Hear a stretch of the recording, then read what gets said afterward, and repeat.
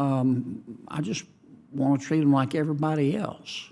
And my sense is, and I think your numbers can prove or disprove this, but my sense is that it is easier to divorce your spouse than get fired at the Federal Reserve. And if that's the case, we're entitled to know that. It's a lot of money, and that's not a criticism of anybody. And tell me again about your salary. It's the average of what? Hey everyone, welcome back to Hot News Today. Your home for real talk, real politics, and no sugarcoating. Now listen, I just watched Senator John Kennedy absolutely grill the Federal Reserve's Inspector General.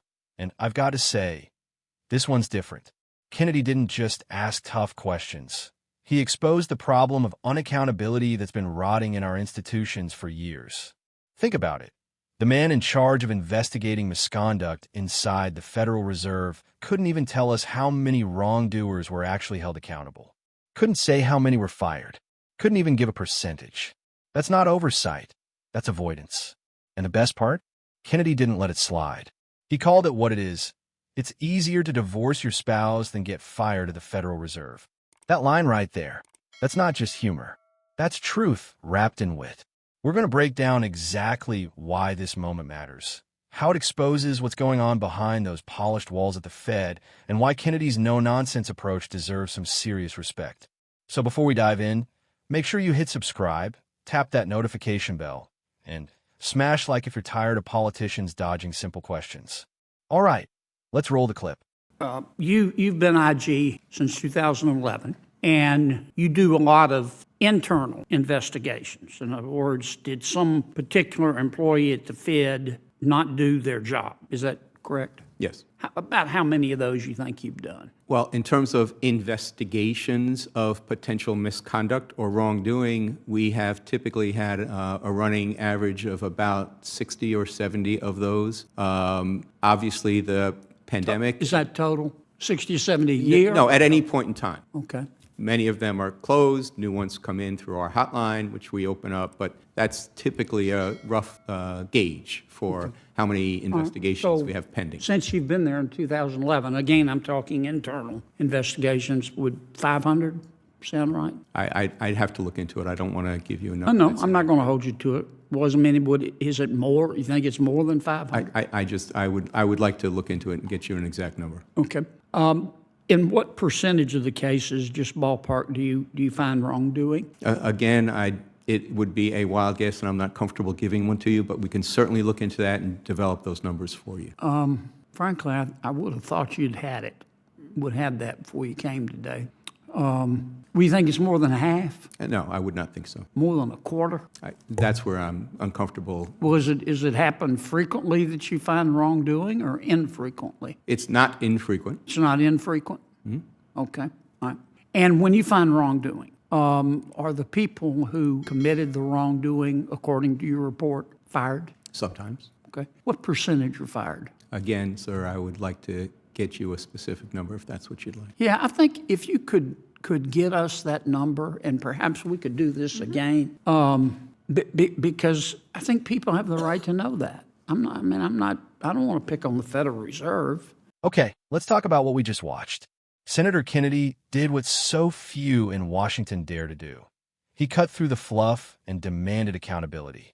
This wasn't about grandstanding or scoring points. It was about exposing how detached and insulated our federal institutions have become. The Inspector General has been there since 2011. That's over a decade, and he couldn't tell us how many times wrongdoing was actually punished? Couldn't even ballpark it? Come on. If the watchdog doesn't know how many bones are buried, then what's the point of having a watchdog in the first place? Kennedy's question, how often do people actually get fired, hits at the heart of the problem. Because we all know what he's getting at. Government employees and financial elites are playing by a different set of rules. If a normal worker messes up, they're gone in a heartbeat. But inside the Federal Reserve, you could blow $1 trillion call and still keep your bonus. I just want to treat them like everybody else. And my sense is, and I think your numbers can prove or disprove this, but my sense is that it is easier to divorce your spouse than get fired at the Federal Reserve. And if that's the case, we're entitled to know that. It's a lot of money, and that's not a criticism of anybody. And tell me again about your salary. It's the average of what? It's the average of both the salary and the bonus that is attributed to the other individuals who are similarly situated in terms of the organizational structure, which for me is the division director level. So there are 12 other individuals, and it's the average of their salary plus bonus. Okay. So there are about 13 of you, and your salary is set on the average of the 13. That is the case for all DFEIGs. That's in the IG Act as the formula to be used. Just ask, are the others set that way too? The other The 12 other ones whose salaries are used to get your salary? I'm not aware of how those are set, Okay. are established. Okay. And do you get a bonus? No, I do not. Okay. Do the others get a bonus? Yes, that's part of that average that I mentioned. Okay. Do all 12 of the others get a bonus? I don't know the answer to that. Do they get a bonus when they say inflation is transitory and it's not? Do they still get their bonus? I don't have the answer to that. And speaking of bonuses, Kennedy nailed them on that too. When inflation was supposedly transitory, the same officials who got it wrong still got their performance pay. That's not accountability. That's arrogance funded by taxpayers. Then Kennedy went even deeper, pointing out the irony of these recent bank failures. He's right. Somehow, every time a crisis hits, the big banks come out bigger and the taxpayers get stuck holding the bag. It seems that ever since the Great Recession, we've been very concerned, as we should be, about banks that are too big to fail. Big is dangerous. I'm not against big. I'm against dumb. So, but if you have an institution that is really, really big and it does something dumb, it hurts a lot of people. Nobody ever goes to jail, but that's a separate story. But it looks to me like, as a result of these recent failures, that our big banks are getting bigger. And I find that ironic. Again, maybe the wrong word. I don't know if you're going to look at that in your studies. Well, Senator, that strikes me as being a straight-ahead policy issue. Or the Federal Reserve Board decides what rules of engagement for the supervision of banks at different sizes, tailoring.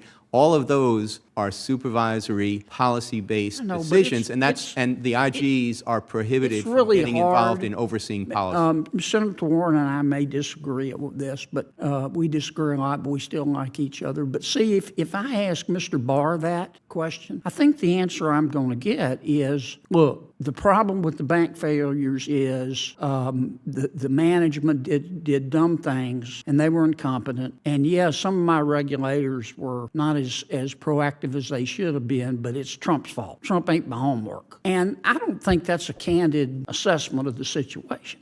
The other thing that I find curious, and I'm going to ask Mr. Barr about this. Traditionally, when banks get in trouble, you don't go out and shout it. You know, we're in trouble. They call their regulators, say, we got a problem here. Or the regulators spot it and they go in. And to prevent a bank run or panic, they handle it quietly. And the regulators will call around with other banks that are healthier and say, can we affect a marriage here? And that doesn't seem to be what's happening. That's not capitalism. That's cronyism. And the way he described it, perfect. Healthy banks waiting for the weak ones to fall so they can swoop in and get sweetheart deals, with taxpayers guaranteeing up to 80% of their potential losses. That's not just bad optics, that's systemic rot.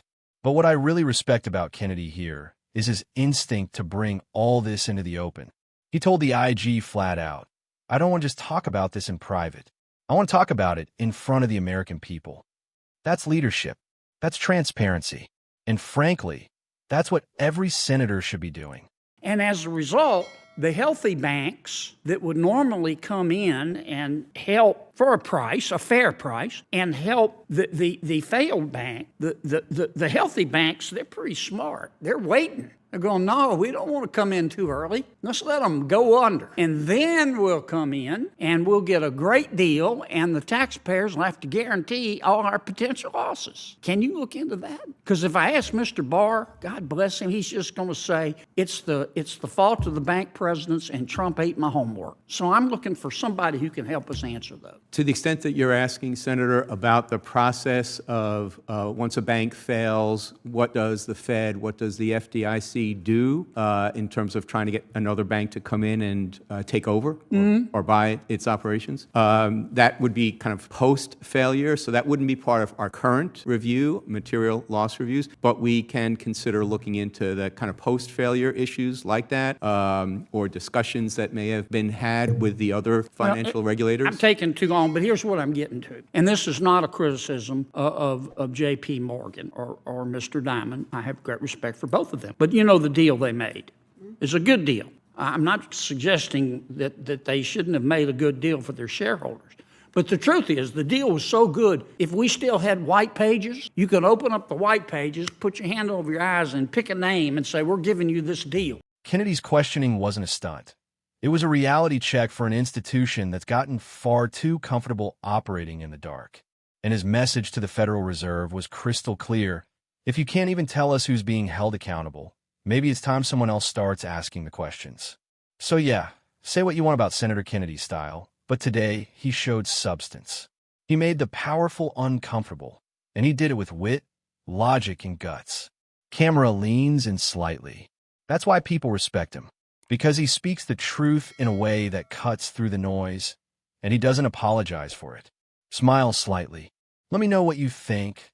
Was Senator Kennedy right to call out the Federal Reserve like that? Or do you think the IG was just being cautious? Drop your thoughts in the comments below, because this conversation needs to happen out loud, not behind closed doors. And as always, this is Hot News Today, where we bring the heat and the facts. Don't forget to like, share, and subscribe, because holding power accountable starts with staying informed.